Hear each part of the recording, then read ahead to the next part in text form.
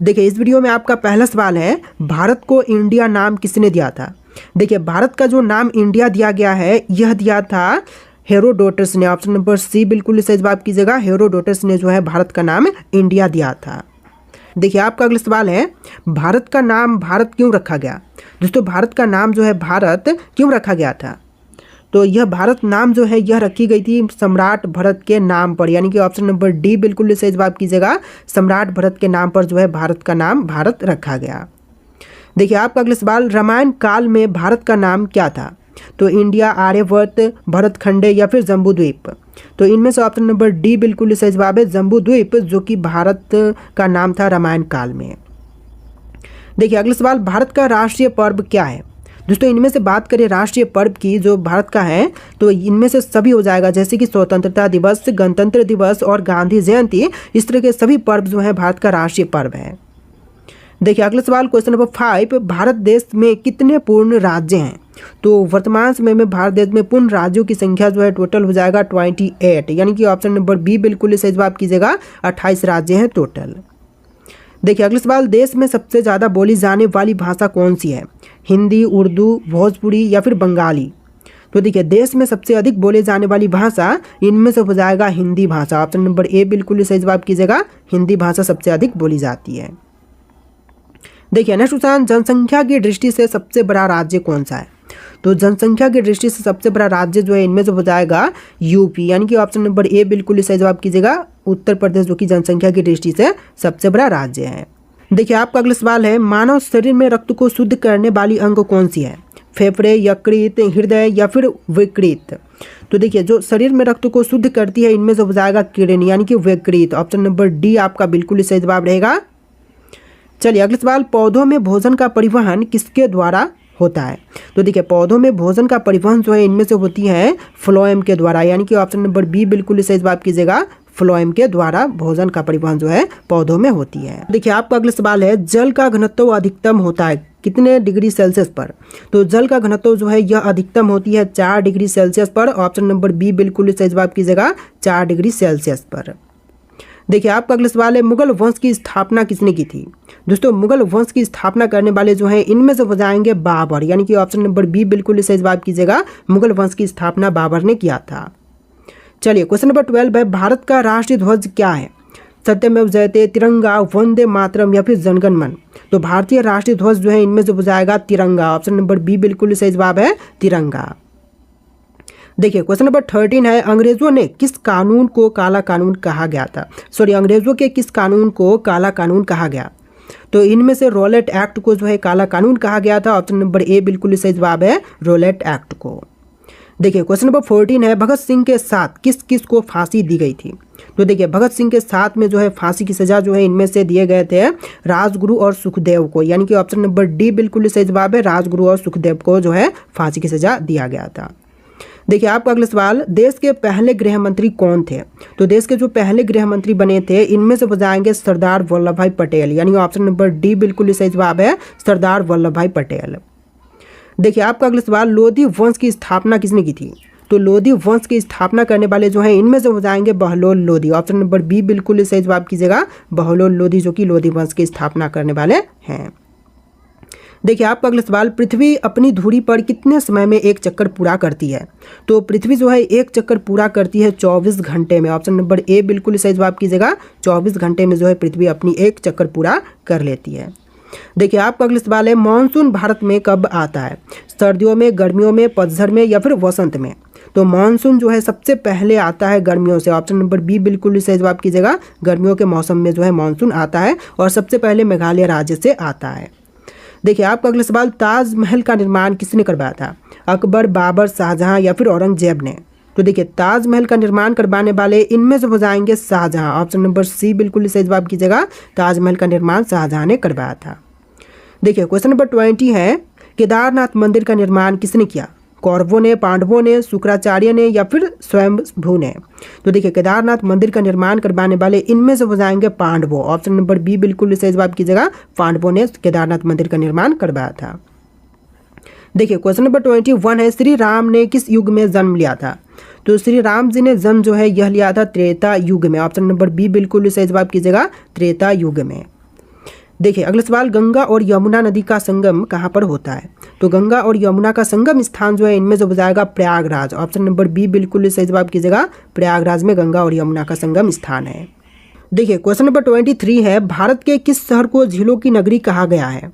तो भारत की वह शहर जिसको कि झीलों की नगरी कहा गया है, तो इनमें से हो जाएगा उदयपुर शहर को, यानी कि ऑप्शन नंबर सी बिल्कुल सही जवाब है, उदयपुर शहर को। देखिए क्वेश्चन नंबर 24 है, भारत में संसदीय प्रणाली किस देश से ली गई है? तो भारत की संसदीय प्रणाली जो है इनमें से लिया गया है ब्रिटेन से। ऑप्शन नंबर बी बिल्कुल सही जवाब कीजिएगा, ब्रिटेन से। देखिए क्वेश्चन नंबर 25 है, भारत में सबसे अधिक शक्तिशाली पद कौन सी है? प्रधानमंत्री की पद, राष्ट्रपति, आर्मी चीफ या फिर गवर्नर की पद? तो इनमें से सबसे शक्तिशाली पद जो है इनमें से हो जाएगा प्रधानमंत्री पद। ऑप्शन नंबर ए बिल्कुल सही जवाब कीजिएगा, प्रधानमंत्री। देखिए आपका अगला सवाल, अशोक का प्रसिद्ध शिलालेख किस लिपि में लिखा गया है? तो अशोक का जो प्रसिद्ध शिलालेख है इनमें से लिखी गई है ब्राह्मी में। ऑप्शन नंबर ए बिल्कुल सही जवाब कीजिएगा, ब्राह्मी में। देखिए अगला सवाल, भारत छोड़ो आंदोलन कब से शुरू हुआ था? तो भारत छोड़ो आंदोलन की शुरुआत जो है यह हुआ था 1942 में। ऑप्शन नंबर सी बिल्कुल सही जवाब कीजिएगा, 1942 में भारत छोड़ो आंदोलन की शुरुआत किया गया था। देखिए क्वेश्चन नंबर 28 है, चुंबकीय क्षेत्र की इकाई क्या है? तो चुंबकीय क्षेत्र की इकाई जो है इनमें से हो जाएगा टेस्ला। ऑप्शन नंबर ए बिल्कुल सही जवाब कीजिएगा, टेस्ला। देखिए अगला सवाल, औद्योगिक क्रांति का प्रारंभ किस देश में हुआ था? तो औद्योगिक क्रांति का प्रारंभ जो है सबसे पहले हुआ था ब्रिटेन में। ऑप्शन नंबर सी बिल्कुल सही जवाब कीजिएगा, ब्रिटेन देश में। देखिए क्वेश्चन नंबर 30 है, रेगिस्तान की भूमि के रूप में किस भारतीय राज्य को जानते हैं? दोस्तों रेगिस्तान की भूमि के रूप में जो है इनमें से जानते हैं राजस्थान राज्य को, यानी ऑप्शन नंबर ए बिल्कुल सही जवाब है, राजस्थान राज्य को रेगिस्तान की भूमि के रूप में जानते हैं। देखिए क्वेश्चन नंबर 31 है, भारतीय रिजर्व बैंक की स्थापना कब हुई थी? तो भारतीय रिजर्व बैंक की स्थापना जो है यह हुआ था 1935 में। ऑप्शन ए बिल्कुल सही जवाब कीजिएगा, 1935 में। देखिए नेक्स्ट क्वेश्चन नंबर 30, किस ग्रह को उसके घने बादलों के कारण पृथ्वी का जुड़वा कहा जाता है? तो पृथ्वी का जुड़वा जो है इनमें से कहते हैं शुक्र ग्रह को, यानी ऑप्शन नंबर बी बिल्कुल सही जवाब कीजिएगा, शुक्र ग्रह को। चलिए क्वेश्चन नंबर 31 है, किस धातु को लिक्विड मेटल भी कहा जाता है? तो लिक्विड मेटल जो है इनमें से कहते हैं पारा को, यानी ऑप्शन नंबर बी बिल्कुल सही जवाब है, पारा को कहते हैं लिक्विड मेटल। चलिए क्वेश्चन नंबर 32 है, जय जवान जय किसान का नारा किस उद्देश्य से दिया गया था?